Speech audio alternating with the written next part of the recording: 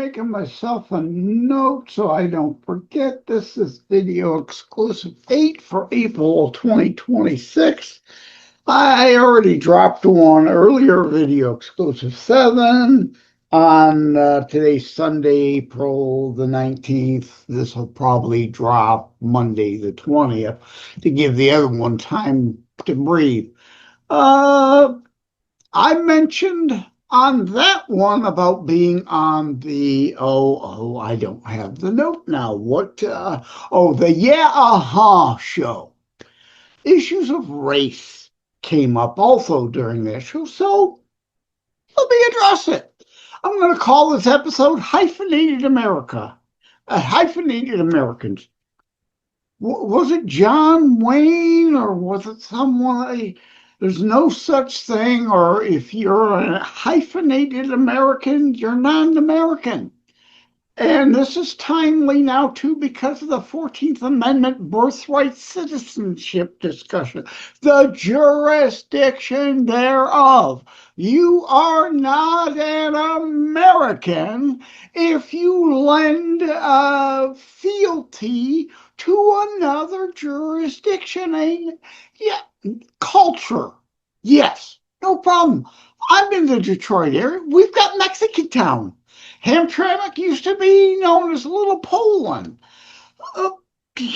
Parts of Wyandotte that I'm actually, and there's a Polish section, a German section, Italian section, blah, blah, blah, blah, blah. I myself have said many times, I am of descendancy, my heritage, my culture, over the years, the family lineage, Italian, German, Polish. I am not an Italian American or a Polish American or a German American. I am an American. And those who immigrated here from those nations before in my family became American citizens and were Americans, not hyphenated. On the show, I didn't have time to ferret this out and why I'm doing this here. My friend Phil Stargell, I mentioned him during the show, happens to be a Black American. I don't care that he's black, not white. He could be pink polka dotted. What matters, Martin Luther King Jr. style, the content of his character. And I mentioned Phil Stargell as a Black American who on his show, he is host of Abolitionist Roundtable. Oh, the title too, right? GOP, the Abolitionist Party, formed to end slavery, abolitionism, freeing blacks from slavery. This whole notion of African American. He wasn't born in Africa. He doesn't use African American term. He rejects it rightly. You can't be African American. If you're a Black American, be proud of being a Black American. There's nothing wrong with the word black. Also, likewise, I've got an article, tinyurl.com/JLD articles, beforeitsnews.com. On the long list there since 2015, do a search for NAACP. Phil, me, Bruce Flory, co-host, Ron Edwards, whites and blacks and every shade in between, who got together to go downtown Detroit to protest outside the NAACP convention. Why? Because you can't be for the advancement of color, people. And it's not offensive. It's in the name. They used it to create the name. They have not changed the name. It's still the NAACP, the National Association for the Advancement of Colored People. Deal in the substance, not the Alinsky deflection, distraction, cultural Marxist bullshit tactic. Oh, focus on the name. No, let's talk about substance. Why were we protesting the NAACP? Not because we're against black people. It wasn't black people protesting black people for the sake of protesting black people. It was protesting the NAACP's helping fund Planned Slaughterhood. Margaret Sanger, the mother of eugenics, that the Nazis adopted in Germany. And Hillary Clinton still praises to this day. And Planned Slaughterhood to this day that she formed to help weed out the lessers in her mind and in her term. Eugenics, the lesser races, including black people, in her mind. The NAAC funding the Planned Slaughterhood, Sanger's created organization to slaughter black people, which still today slaughters more black children as a per capita, as a percentage of overall society, slaughters more black people than any other, disproportionately percentage-wise. So you can't be for the advancement of colored people if you help fund the slaughtering of colored people. That's what we were protesting. And I didn't have a chance to bring this up during the podcast. It was supposed to be a lighter podcast and we got into serious stuff. But Phil, black American, rejects the African American thing and talks about it on his abolitionist roundtable show all the time, whamradio.com, Saturdays 9 to 10.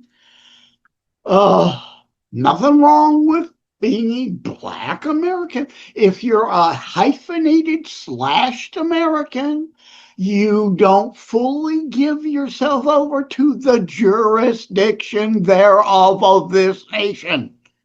You have mixed allegiance.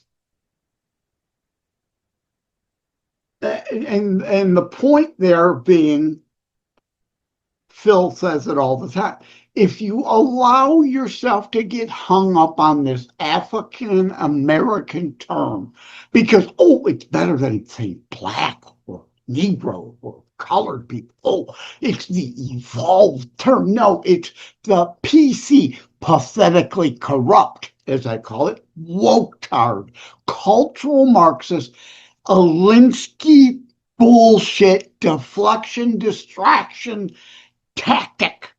Focus on the term that we want to change, not talk about the substance.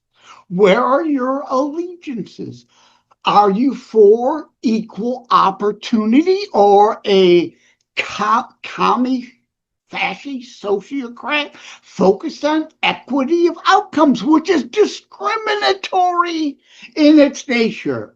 I joke, terrorstrikes.info/quotes. And on X with Grok back and forth, it's going to be in my afterword in my book dropping May 2026. Joke about paying homage to Orwell and me writing Animal Farm 2. It's more now than all animals. Some animals are more equal than others. No, in today, woke speak rather than new speak. It's some animals have more equity, a special privilege, which is not equal. It's not equity. It's special privilege than other animals. They want managed outcomes. And our nation is founded on equal opportunity, not equity of outcomes. Phil talks about it all the time. All the time. No, sorry, leftists. Because my skin tone is white doesn't mean I am then excluded from talking about these issues. No. GTFO, STFU. I will not fall. Phil wouldn't want me to fall for the cultural Marxist Alinsky BS tactics. You're a white guy, so you can't talk about it. No. Bull. Bull. No. Go, you know what yourself, leftist moron. Warping of language. African American rather than Black American. No. Identity politics, cultural Marxist, left-wing Alinsky divide and conquer tactics that so many keep falling for. I mentioned on the show, at least I think I did, Neil Mammon and Kevin McGeary. Look back in the archives. I've had them both on the show. Kevin McGeary, Black American. Neil Mammon, an actual real African American. He was born in Ghana, Africa, a white guy born in Ghana, Africa. He came here, he became a citizen. He's a real African American because he was actually born there. He has a right to go back and become a citizen of Ghana rather than America if he so chose. The term is not a problem or offensive if he uses it, but to the awfuls, affluent white female liberals who get offended on everybody else's behalf. What about Elon Musk? I mentioned on the show Charlize Theron. Oh, you don't get any whiter than that pale female American. She's an African American. She was born in South Africa, migrated, became a U.S. citizen. She was actually born in Africa. She's an African American. The whitest white you can get. If you're a Black American born here, you're not an African American. I am not an Italian American. All right, but Neil Mammon and Kevin and Neil joke about that all the time. Kevin McGeary is not an African American. Neil Mammon, the white guy, is an African American. I used to volunteer all the time. I still go to Our Lady of Mount Carmel Festival here in Wyandotte, kind of in the Polish. I live in the Polish area of Wyandotte, even though my grandfather on mom's side was German, my grandmother on mom's side, Italian. They moved in to a Polish area of Wyandotte. Our Lady of Mount Carmel, considered a Polish church. Everybody goes there, white, black, Polish or not. But for the most part, the heritage of the church, founded by people of Polish descent in America, not Polish Americans, Americans who happen to have lineage from Poland.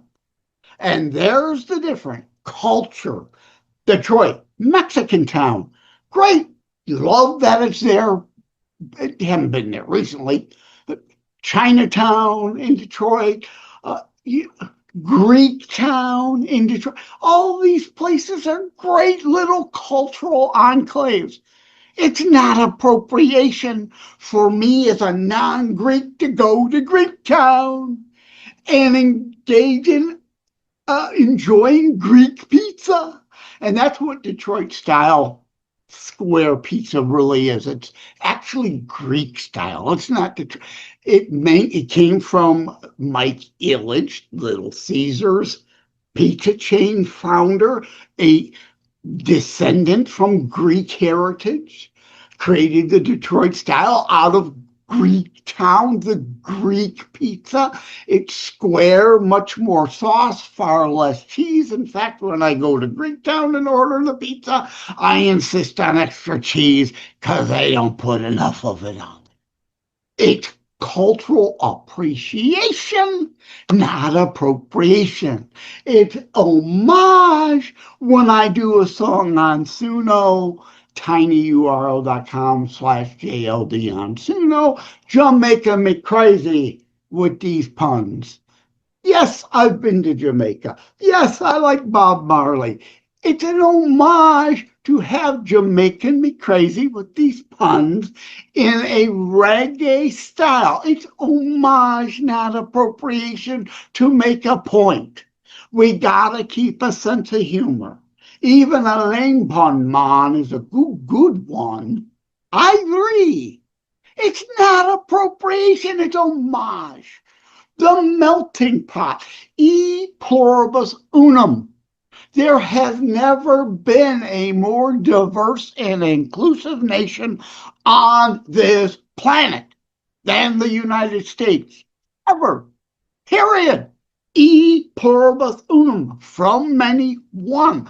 All of our cultures coming together to create a new, overall, unique American culture that honors other cultures. Now, what was it? The Polish Festival at Mount Carmel every year. No problem with it called that. No problem honoring it. No problem attending it. And the non-Polacks alike there come to enjoy the Polish food, the Polish music, the Polish fun. Not appropriation, homage. Now, an Italian festival, no problem. A German festival, a Mexican festival, a purple people with yellow polka dots festival, fine, no problem. But call it Italian Americans Festival, I got a problem with it. That's hyphenated Americanism. I have a problem. You want to honor Italian culture, of which I am part of descendancy of and from. I love gnocchi. For those of you who know what it is, Italian or not. Italian festival, perfect. Italian Americans festival, big problem. Big problem. You're saying you have allegiances elsewhere. 14th Amendment, jurisdiction thereof. You must submit. You are either an American or you're not. And if you're not, Phil, Black American. Doesn't matter that he's black. He just happens to be black. So what? So what? Pink with purple polka dots. So what? Content of character. Unlike the left, I don't consider you to automatically be the defined stereotype, the box they insert. The left is the racist. A black person, they must fit in their identity politics box. Or, like Biden, if you don't vote for me, you ain't black. Because if you don't think a certain way as a black person, you have to be part of the group as they insist you be part of, not Martin Luther King Jr. style individual character. You as an individual, you as a thinker. That hasn't changed on the left at all. These boxes, the racism, the sexism, the female. If you're a female and you don't think the way they insist you must think, then you're not really a female, which they can't define anyway, right? Right? Pushing men into, they're the protectors of women. No. They're the protectors of women who want to murder their babies. That the fake choice. They only use the word choice to deflect and distract, to bastardize the language. They can't deal in real language and terminology. It's a choice to murder a baby, but you can't have school choice. You can't decide on what life. And yes, G.W. Bush, it was the law that first enacted to start to ban incandescent bulbs. Fred Upton, who we've thrown out of Congress here in Michigan, a Republican, primary sponsor of that. But since then, we Republicans have been trying to lift the eventual elimination of incandescent bulbs. We believe in choice. The left, socialized medicine. No, one size fits all. They decide what's best because it's not like the Nazis who invented it. It's not about your health. It's about power and control over you. One size fits all. No choices. No options. They don't want you to have choice. They don't want you to have any freedom. You must act the way they expect you to act. You cannot be an individual thinker for yourself. The heck did I say I was going to call this? Oh, hyphenated American. So again, the point. Yes, we can honor cultures. Beyonce. Oh, where are you, Leftists? Oh my God, Beyonce, black woman. She dyed her hair blonde. That's cultural appropriation. That's not natural for a black American. If she wants to dye her hair blonde, more power to her. If she wants to pretend to be a country artist, more power to her. And even her own fans rejected the idiotic, oh, I'm a country artist now, idiocy. But that wasn't appropriation. Well, you might argue it kind of was. It's like, well, how can I sell another album? How can I get new fans? Maybe let's try some country songs. Let's do country music. Now, it could be appropriation purely for profit motive's sake, or let me dare argue, maybe I'm from a family of musicians. Dad, Ted Leonard Jr. and the Polka Kings had a 3-record deal. I never got a record deal. I'm recording music again, thankfully, via Suno, tinyurl.com/JLD on Suno. So I'm doing music again now, but I never got a record deal. I understand. And Eddie Van Halen, the blowback when Women and Children came out, because he dare want to use synthesizers. Oh, like Sting of the Police, who decided, I want to do a solo career because Synchronicity album got some blowback because he learned to play the saxophone. Eddie Van Halen learned to play the synthesizer. I get as a musician wanting to branch out and be more than Van Halen 1 and 2 over and over and over again with just the same music and similar words. I get what Sting wanted to do jazz and funk and other things. I get that.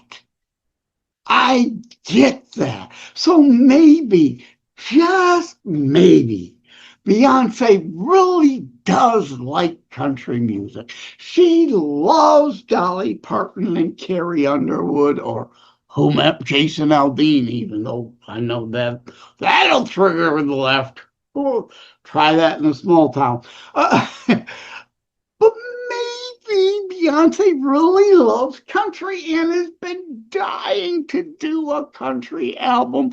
It wasn't just a plan, a scheme to sell a bunch of new albums to a bunch of new people who would otherwise not normally buy her music. Well, it flopped. But okay. Blame her for trying? No. But we have a right to reject and not buy the music. And most people rejected it and did, but that didn't stop the left-wing award shows for DEI, not E Pluribus Unum from anyone coming together. No, DEI separatism, DEI identity politics. Oh, we got to give the black woman who did a country album awards. Even though it didn't sell. Nobody does no left-wing bubble, DEI, wokest garbage. Gotta give her the awards. Can we please stop? And the answer to that for the left is no, they can't stop. They can't help themselves. Anti-Americanism, anti-Semitism, anti-Western culture, anything that tears down the West, the wokeism, the pathetical corruptness, everything is about destroying, not building. The left never builds, they only destroy. Okay, heaven knows how long I've been ranting now, so let's leave it at that. But I meant the Biden thing. Did I say this yet? The Biden thing at Rutgers, was it Rutgers? The Rutgers trip. Oh, hey, doesn't he look like Brock? Come on. It was a joke. It was the least offensive thing racist Biden has done in ages. He was joking and willing to have fun with the black guy who was not offended. I can't be offended for him. I don't have Biden derangement syndrome. I call him out on his racist comments, never his eulogizing Robert Byrd, the KKK Grand Eagle. Oh, and that's another thing. Yeah. Alfonso Rachel, another great black American conservative, the big party switch myth. Right. Jim Crow laws, Democrats. Confederate states, Democrats, fought a war to keep slavery. The KKK, formed by Democrats. All that racist stuff they want you to believe is a race because the parties, no. Strom Thurmond, yeah, that guy, a racist Democrat that switched to the GOP for economic reasons, and he stayed a racist. One guy you got. Dinesh D'Souza does a great job in debunking that big party switch that Alfonso Rachel, you can find his YouTube video on it. I highly, Alfonso Rachel, also a musician, does some great music, talked about. You got the one guy, Dinesh D'Souza, all the elected Democrats of the South, racist, all the Democrats in position of leadership of the racist organizations, how many of them switched? Less than 1%. There was no big party switch. You on the left today still peddling segregation. Black-only dorms, black-only graduations. It's all Alinsky, cultural Marxist, identity politics, divide and conquer bullshit. That's not E Pluribus Unum. That's not diverse, inclusive, or equitable by separating them. That is divide and conquer bullshit. Segregationists, as Wallace said, segregation now, segregation then, now segregation forever. You're still promoting segregation. Back to Biden, the Barack lookalike. From far, I look at him, oh yeah, well, maybe 50 feet away, yeah, he kind of does look like Barack Obama. That's pretty damn funny. The black trustee thought it was funny. He laughed. He comes on camera, you get a close look. Oh, of course he doesn't look like Barack. But from far, does he look like a younger Barack? Sure. There was no racism in that moment. That was fun and joking and buddies between friends in that moment. There was no problem. And I have a problem with fellow conservatives, fellow supposed Christians who, yes, I get it. Biden has said a lot of racist things, and I will never let those go. Never. But this moment, I'm not going to engage in Biden derangement syndrome and say, oh, well, that's clear racism, and we got to be offended on behalf of the guys that wasn't offended. That's the awfuls, affluent white female liberals, always offended on behalf of everybody else. GTFO, STFU, go away. If and when there is real offense, people being truly accosted and affronted, they can defend themselves. And I will happily join with them. Black, white, or purple polka dotted. If there's a real intended offense, a real attempt to harm somebody, I will. But the Smollett garbage, no. What was it? The Duke Lacrosse farce, no. The Bubba Wallace news hoax, no. Where it exists, and this isn't the 1950s, it doesn't exist the same.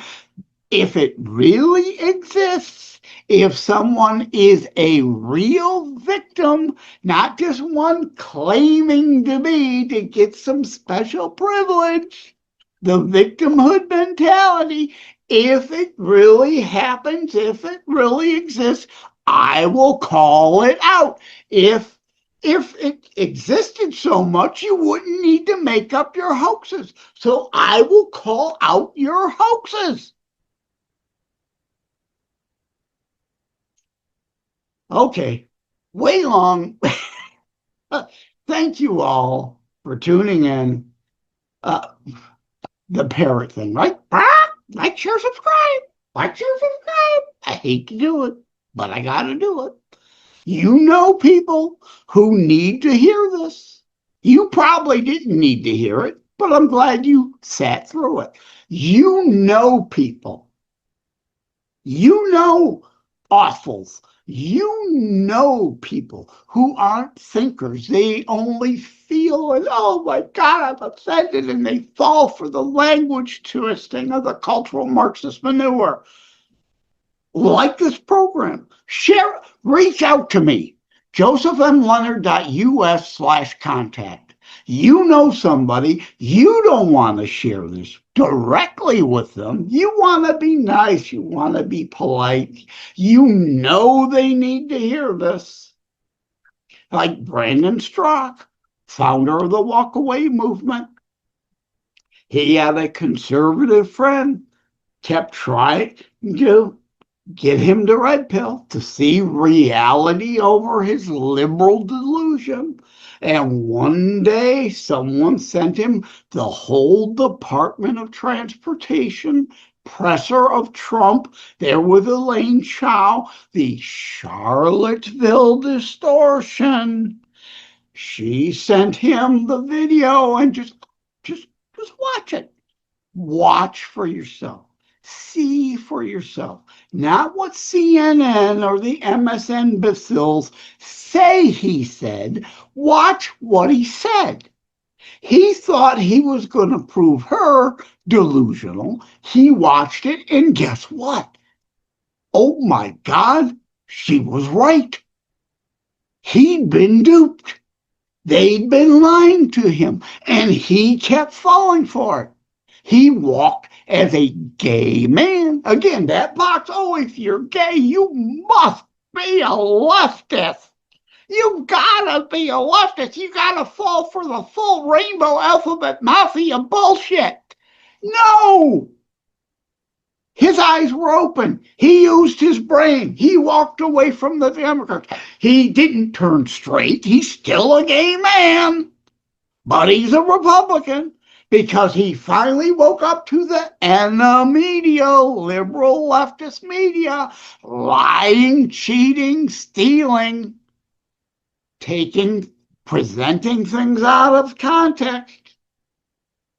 Like the Sanders supporter tried with the RFK Jr. thing on the show that'll be airing next week or the week after.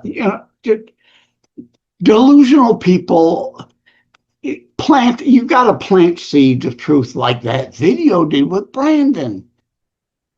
They have to come to their own realization as Brandon Strzok did. And Strzok is how it's spelled. Strzok is how it's pronounced. Founder of the Walkaway movement. And tinyurl.com/JLD articles or /JLD on B4IN before it's news.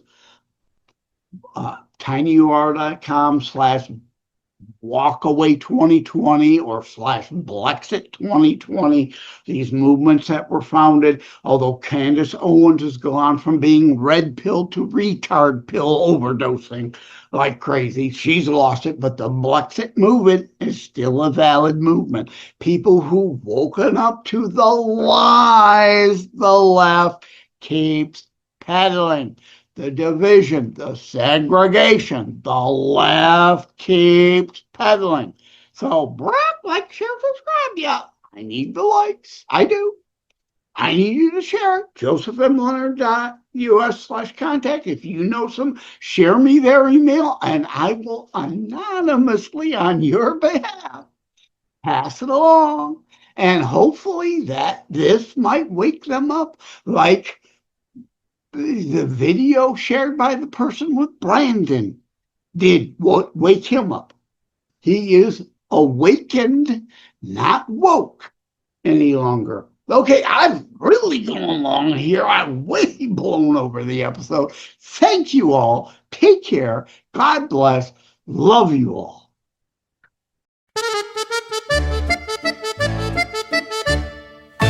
Old cassette box in the hallway, faded label, his handwriting. I can hear the kitchen dancing every time that tape starts spinning. He'd shout out names like an intro, grin so wide it filled the room.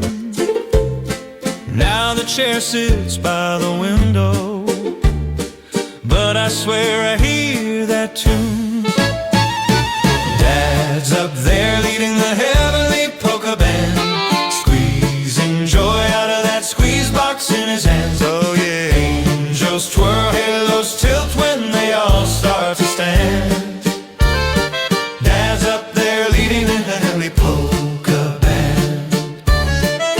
They got a floor made out of starlight, clouds lined up like wooden pews, trumpets laughing into moonlight, every waltz a bit of news.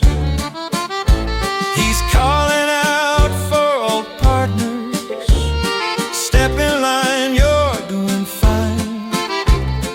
Heaven's never had a party till his rhythm hit the sky.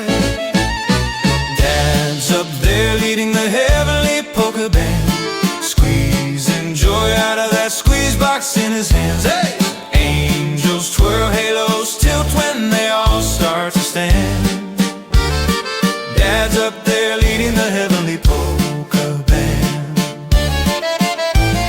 On earth he signed those posters, packed the hall on Friday nights. Now every star's a paper lantern, swinging gently in the lights.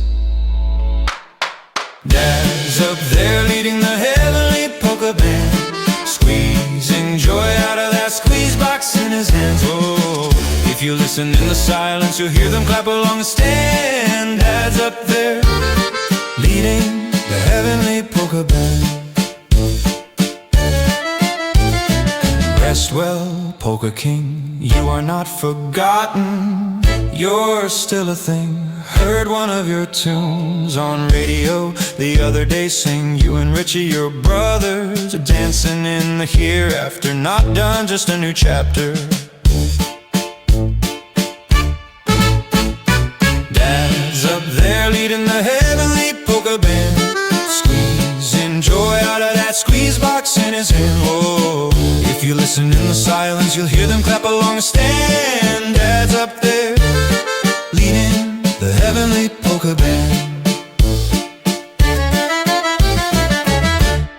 Like and subscribe to Constitutionalist Politics Podcast and share episodes. We need your help. Thank you for having tuned into another Constitutionalist Podcast show. I really appreciate that you stopped by. Again, please like, share, subscribe.